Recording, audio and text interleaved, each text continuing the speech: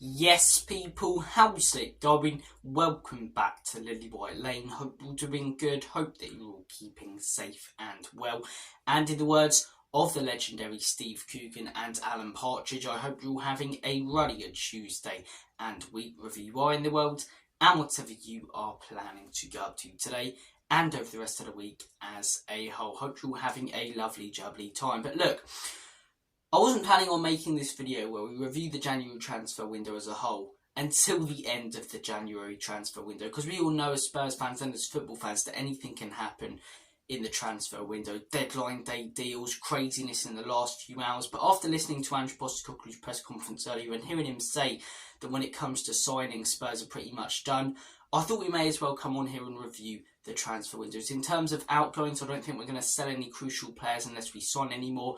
And judging by what Andrew Postecoglou said, it looks like we're not signing any more. So look, what business have Tottenham Hotspur done this January transfer window? They've loaned out a few players, but no one crucial. Not even really squad players, reserves, young players who can develop hopefully down the line. The likes of Ashley Phillips, who has gone to Plymouth Argyle, a very good deal in my opinion.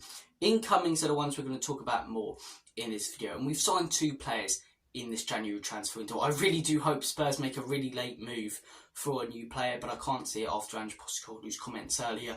And after watching Spurs and, seeing Daniel Levy and Enoch own this club the whole of my life supporting Tottenham, and judging by the way they do things, I can't see us making any signings. So I think we're pretty much done with that.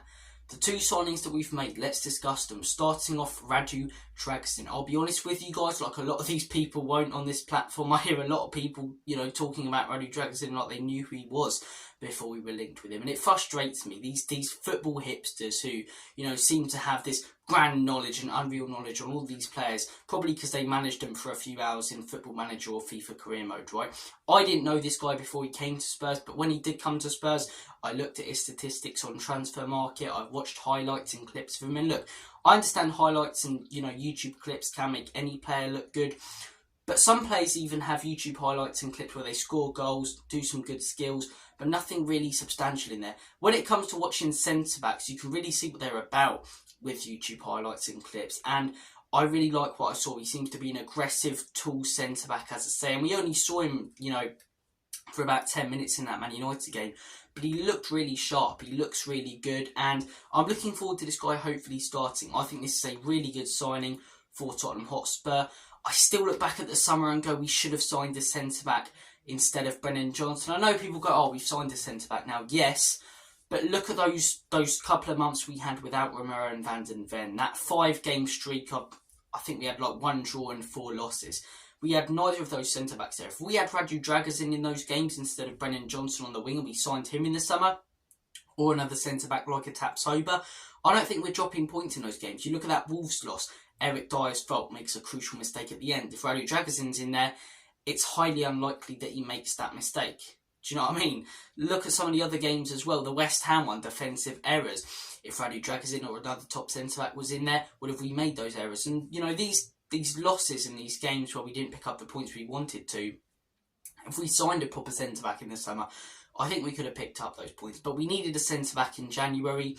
I'm still frustrated we didn't get one in the summer because of the lost chances we had to gain points this season. But I am very glad we got one. I'm very glad we got one who Andrew Postecoglou wanted, who's young, who's exciting, and who's only going to develop. So I'm going to rate him out of 10. As a signing, I don't think I can rate him any higher than an 8 because I haven't really seen too much of him. I think I'd give him an 8 as a signing if we bought him in last summer, but because we've waited a little while to do so, I'm going to give him a 7. But it's still a very solid rating. I still think, he's going to offer us a lot, and I think it's a very good signing for Tottenham Hotspur. Timo Werner, this guy's been like Marmite since he joined Tottenham Hotspur, and everyone is so tight on him. Some people really don't like the signing, really don't like the fact that Levy, Enoch and Postecoglou, Paratici, if he's still around, have gone out and signed this guy. Others really like him. I'm going to sit on the fence. I know, boring, but I'm very, very tired on Timo Werner. I wake up some days and think, why did we sign that guy after watching him at Chelsea? And I wake up other days and think, he's a good player, he contributes to the way we play, and he gives it 100%. And as a football fan, as I say, I can deal with players missing chances if they give 100%. What frustrates me is when players make mistakes and, do things that aren't right on the football pitch, but they look like they don't care. Like Eric Dyer is a perfect example of that. I get much more annoyed if Eric Dyer made a mistake than I would Davinson Sanchez. Davinson Sanchez just didn't have the ability. Eric Dyer didn't have the ability or the effort, while Sanchez had that. Timo Werner will guarantee you effort. He'll guarantee you 100%, and he'll contribute to the way that we play. When he was at Chelsea, yes, he didn't bang in a lot of goals. I think he only scored 10 over the course of 2 or 3 years, but he got a lot of assists. And you look at a lot of their goals, who created them, who played the first forward pass? It was Timo Werner. Yes, he misses a lot of big chances. He's a very similar player to Darwin Núñez, but look at how much Liverpool fans love Darwin Núñez. Look at how much Chelsea fans love Timo Werner before he left. I think he can be a good player for us until the end of the season, and I think the fact it's a loan move, I'm going to give it a 7. Because if it doesn't work out, we haven't lost anything. We haven't lost anything. Look, is he better than Brendan Johnson? Already, I believe so. So, I'm going to give him a 7. I think it's going to take time to see what Timo's about. We all watched him at Chelsea, and at Chelsea, as I say, he contributed to the way they played so well. He was a dangerous, creative player who made some brilliant runs, but he did miss a lot of big chances. And what I say he reminds me of Darwin Núñez is not the fact that sometimes he can't hit a barn door, but the fact he can't hit a barn door when he's given time with the clearer opportunities. With the tougher opportunities, he tucks them away, very similarly to Núñez. But when he's given time, when he's one-on-one with a keeper or one-on-one with a defender, he really struggles. We saw that in the Man United game, but we also saw in the Man United game when he's got to pick out quite a tough pass, he played it. Our one opportunity, our one shot in the Manchester City game came from an absolutely fantastic pass from Timo Werner. Probably should have done better with the chance that he had. So, look, I'm going to weigh up both sides. The negatives, as I say, can be unreliable, will miss big chances, and didn't really deliver at Chelsea. The positives, the fans will love him. He gives 100%. He contributes to play really well, and he gets a lot of assists. Looking at both sides, I'm going to give it a 6. I'm going to give the signing of Timo Werner a 6. Now we move on to the rating for the transfer window as a whole. Have Spurs done enough in the January transfer window? That is the big question. And for me, I don't think we have. I think we came into this January transfer window as Spurs fans, said we need a midfielder to replace Højbjerg, ideally sell him. Even if we don't replace him, bring in another midfielder. We need a backup left back, because if Udogie gets injured, we're in trouble. We need a centre back and potentially another forward player. We got 2 out of those 4 targets that we probably needed in the January transfer window. And if we miss out on top 4 by a couple of points, or even the league by a couple of points, or Europa League by a couple of points, in my opinion, it'll be down to us not doing good enough business in the January transfer window. Yes, we've signed 2 players, but one's a young player who's hopefully going to come good, and the other one, to be 100% honest, is slightly unreliable. We don't know what we're going to get from him. He's like a box of chocolates, to reference Forrest Gump. Whereas a couple of seasons ago, we made 2 signings, Kulusevski and Bentancur, who were proven players, quality players. These 2 signings, I'm not as confident with. The Dragosin one I'm more confident with than the Werner one, but as I say, I've rated both of them a 7 and a 6. I want an 8 out of 10 signing. I want a 9 out of 10 signing. Okay, we're not going to go out there and get the Osimhens of this world if we sign a striker or, some of the best players. But we missed out on Antonio Nusa, and I hear a lot of people that last day going, oh, we dodged a bullet there, great stuff for me, Nick and Levy. What do you mean great stuff for me, Nick and Levy? No one had a clue about these back problems or leg problems. And if those problems didn't exist, which we didn't have a clue about, we would have missed out on a quality young player. So I don't want to hear all this, that was clever from Levy, because Levy or no one at Spurs has any prior knowledge of the injuries that Nusa had. So we left on paper the signing of a potentially great and exciting young player for 2 weeks, and another club snatched him away from us. You look back at it in hindsight now and you go, yes, it was lucky, but was it a masterstroke from Levy or clever from Levy? No, not at all. We ruined that deal. We've been looking at Gallagher, it feels like, all of last summer and all of this January, yet haven't, made a proper move for him. And it's quite frustrating because as a Spurs fan, I'll say last summer was really, really good. It was a really, really good transfer window. Some of the signings we bought in for the amount of money we spent on him, Vicario, Van den Ven, James Maddison, these are great signings. These really are great signings. Whereas the 2 we've signed this January, one of them I like the look of, but he's going to have to prove himself. And one of them is quite inconsistent and will miss big opportunities. I was hoping for a little bit more in this transfer window. In terms of outgoings, we've loaned out, as I say, some of our youngsters and reserves. Eric Dyer we've sold. That's a good move in my opinion. We've got Dyer and Sanchez out in the last couple of windows. But at the same time, as I say, we signed Dragusin. Maybe we needed another centre-back. 2 backup centre-backs. Because what happens if Mickey and Romero get injured again? You've got Dragusin and then you're relying on Davies. And what happens if Davies isn't there? Dorrington or someone like that?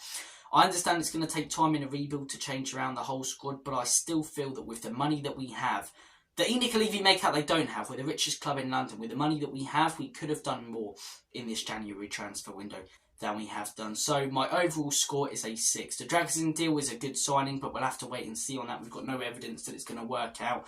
Only sort of the stats right now that we can look at and make a judgment of, but we don't know if it's going to work out or not in the Premier League. We can't judge the 10 minutes we saw against United.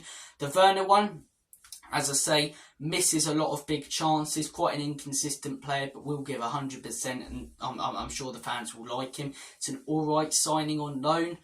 But as I say, I come away from a January transfer window feeling a bit flat, going, we could have done more business. What happens if Udogie gets injured now? Do we move Royale right back to the left-hand side?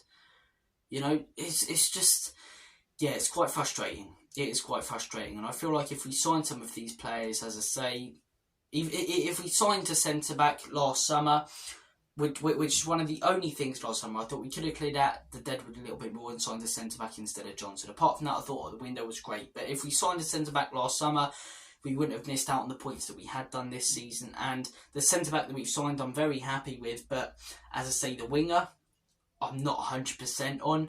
And the other 2 positioners that I feel like we needed to strengthen heading into this January, we haven't. We haven't strengthened them. You know, 2 games we've relied on Højbjerg or Skip to fill in. If we'd signed a midfielder like Gallagher, not even Gallagher, if we'd signed a proven midfielder, I think we'd probably win both of those games, to be honest. You look at the Man City one as well. Probably, you know, get something or get a replay out of that. Because the issue was in that game, our midfield. You know, they destroyed our midfield in that game. And yeah, Højbjerg's a decent player. I'm not going to go down that route. That's another Marmite conversation that splits the fan base. But in my opinion, if we sign that centre-back, as I say, this January, we maybe get something more in that Man United game. We maybe force a replay or beat Manchester City because our midfield's a little bit stronger. You know, it's just, it is quite irritating for me. It is quite irritating that there's still holes that need to be fixed. And look, I understand you're not going to do everything in 2 windows. We're in phase 1 of a rebuild. Things are going to take time. Ange Postecoglou's doing a great job with what he's got. But when you know that Sarr and Bissouma are going to be missing and you're going to be relying on Højbjerg and Skip, bring in another midfielder. And then you also, you know, relying on those players if other players get injured in that midfield. So I still think we need to sign a midfielder. And now if Udogie gets injured or something happens there, Royale has to come in. If Porro gets injured, Royale has to come in. We're relying on Royale for both wing-back positions and sort of hoping, again, that we don't get serious injuries. And we were doing that last year. We got those serious injuries. But I was like, okay, we made some great signings in the summer. It's phase 1 of a rebuild. We're not going to be able to build a whole squad. But this January, we could have developed the rebuild and moved forward more than we had done, in my opinion. So the overall score I'm going to give this January window is a 6 out of 10. 2 signings in, 1 real outgoing who's played a part in the team the last few years.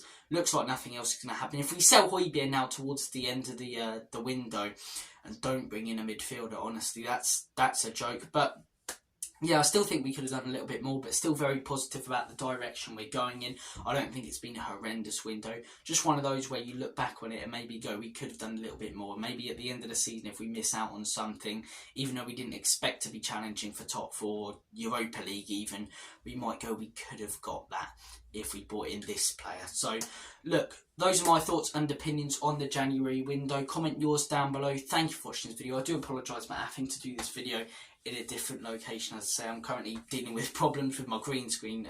In other words, the green screen's shit at the minute, so we're going to have to sort that out. But yeah, hopefully hopefully the green screen should be back for tomorrow's match reaction. A lot of time, as I say, it's hard to do the videos when it's dark outside with the green screen. But look, big game tomorrow, Brentford at home. Comment your thoughts down below on that and the video today. Take care of yourselves, all the best, and as always, come on you Spurs. In Big Ange we trust. Enoch and Levy out. Come on you Spurs. Let's get the win tomorrow against Brentford and get back on track.